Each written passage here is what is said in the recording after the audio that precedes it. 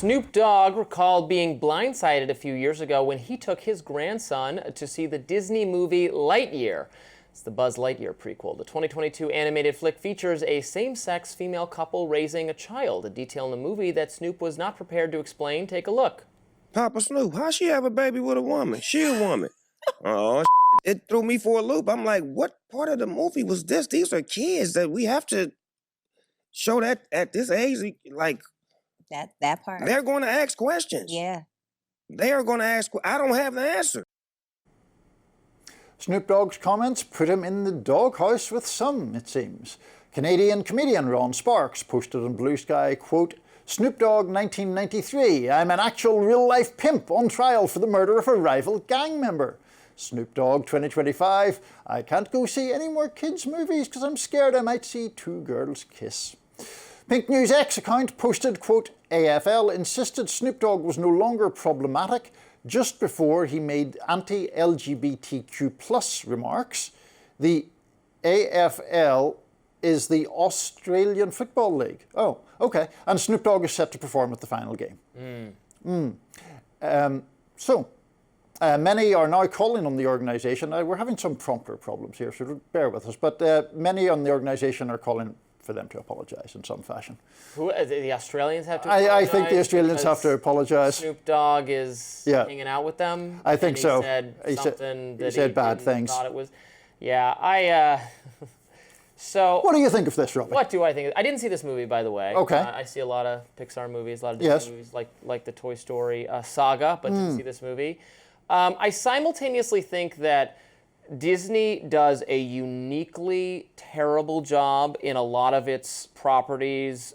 Star Wars, in particular, Pixar movies tend to be pretty good, but Star Wars in particular, maybe to some degree Marvel, of like shoehorning in diversity or, you know, like a same-sex couple and not having it have anything to do with the plot and feeling very... I brought this up last week when we were talking about Star Wars, again, the character that's a black stormtrooper. And I was like, oh, it's a black stormtrooper. But it doesn't matter that he's black. And actually, he has no character anyway, and so the character is just poorly fleshed out.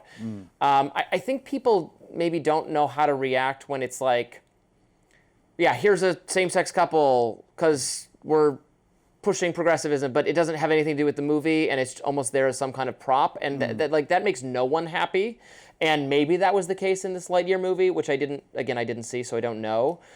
At the same time, how hard is it to explain to a kid that like there are some same-sex couples? There are some people adopt kids and raise kids that are not their own, that are somebody else. It seems like it takes 30 seconds, but you know, if that's, I don't think it behooves supporters of same-sex rights or marriages to go around complaining when people have the reaction that Snoop Dogg had, which is a very, very common reaction. I don't think it calls for shaming them or showing any kind of, or assuming that that is coming from a place of bigotry. I don't have kids. I don't know how easy or hard it is to talk to them about various things. So I would not come at Snoop Dogg for saying that at all. I don't think it's fine. It's just a little bit funny that he finds these themes hard to grapple with, not themes of whatever violence and drug use from his past. But he's kind of just been rehabilitated as, oh, it's Snoop Dogg. He hangs out with Martha Stewart. He's harmless fun. Yeah, that kind of thing. I mean, that part of it is the part that I have a bigger problem with. People can have whatever objections to whatever movies they like, but like Snoop Dogg as like the defender of family values, I mean, that's a bit hard to take. Now, I don't think he should have been treated punitively for any of his lyrics in the past. I mean, I thought there was all sorts of scaremongering around rap and hip-hop in particular, but it's a pretty long way from murder was the case or serial killer to like, oh no, there's a cartoon with like a same-sex couple in it. Like, I'm not sure how you reconcile those two things, even if you know, are not trying to be necessarily critical of him. It just seems pretty absurd that he's now the defender of these things.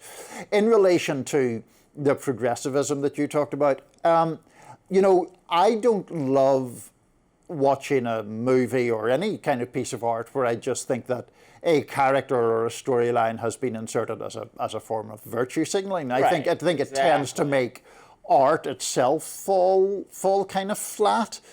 Now, against that, I do think when it is well done, that there is a place for art to reflect changing social values. This is even before my time, but I can't now recall in the Charlie Brown comics, there was the first black character who was introduced in quite a subtle way, and it still caused all sorts of uproar, particularly in the Deep South, about an integrated, I guess, school or an integrated lunchtime being portrayed.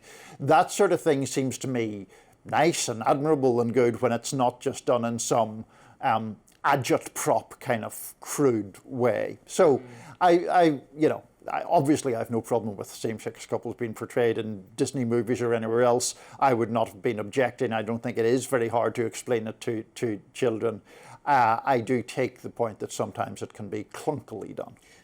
The clearest difference in how you do this badly and how you do this well, again, on the race part, I don't have an example for same-sex relationship, but the new Amazon Lord of the Rings show versus the new HBO Game of Thrones show House of the Dragon. Both properties felt like the existing material didn't have enough people of color in it.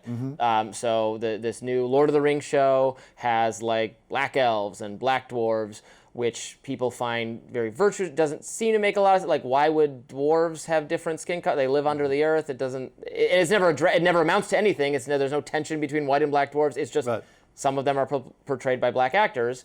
Versus the House of the Dragon show, where there's this one family that family is black, and they look cool. They have this white hair. They are related to the main ruling family. They can also ride dragons, and also they're because they intermingle with the royal family, and there's a question of bloodline. So the fact that one of the kids doesn't look like who he should look like based on that is an important plot point. So there, it's done well. It serves the plot. It's plausible versus it just being shoehorned and doesn't even really make sense. The world exists in. That's the difference I'm talking about. Yeah. No, I think that is a completely valid difference, and I think those things in any form of art, when they're presented with some kind of nuance, are important. I would also say, if you turn the clock back only a few decades, it was much rarer to see black people represented in any way at all. Now, I'm not even talking about movies and stuff. I'm talking about like getting, birthday cards that were designed for black children, for example, were quite a rarity. I have spoken to female African-American friends who talk about the fact that models in their childhood, and I'm talking about people, women my age, models in their childhood were almost universally white, and that creates certain perceptions around conventions of beauty and all of that. So I do think that those issues are real issues. And so, I think the same goes for sexuality and other matters like that. In my day, birthday cards were all for grandpa and reference fishing, right? That's all That's all we need to get back to good old-fashioned jokes about fishing or whatever in birthday cards, yeah. MAGA birthday cards. Indeed. Meanwhile, when they go low, we go lower. DNC Chair Ken Martin's new vision for the Democratic Party is next. We'll be right back.